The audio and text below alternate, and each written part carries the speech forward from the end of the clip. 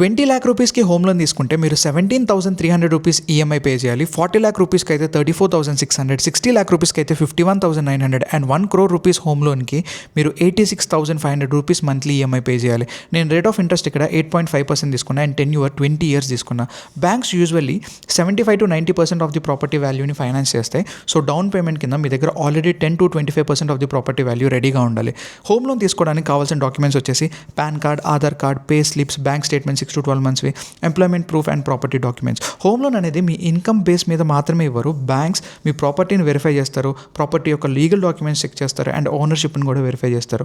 మీకు పాసిబిలిటీ ఉంటే home loan ఎప్పుడు బ్యాంక్స్ నుంచే తీసుకోండి. ఒకవేళ బ్యాంక్స్లో దొరకకపోతే అప్పుడు హౌసింగ్ ఫైనాన్స్ కంపెనీస్కి వెళ్ళండి.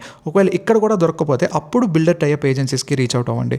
చాలామంది చేసే మిస్టేక్స్ ఏంటి అంటే ప్రాపర్టీని లీగల్గా చెక్ చేసుకోరు, చెక్ చేసుకోకుండా లోన్కి వెళ్తారు అండ్ మ్యాక్సిమం లోన్ తీసేసుకుంటారు. వాళ్ళకి 80 lakh రూపీస్ ఎలిజిబిలిటీ ఉంటే 80 lakh రూపీస్ తీసుకుంటారు. అలా చేయకండి అండ్ ఫ్లోటింగ్ రేట్ని ఇగ్నోర్ చేయకండి.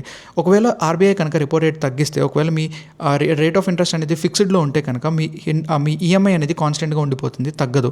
Please share this video and follow Genie finance. No nonsense, only knowledge.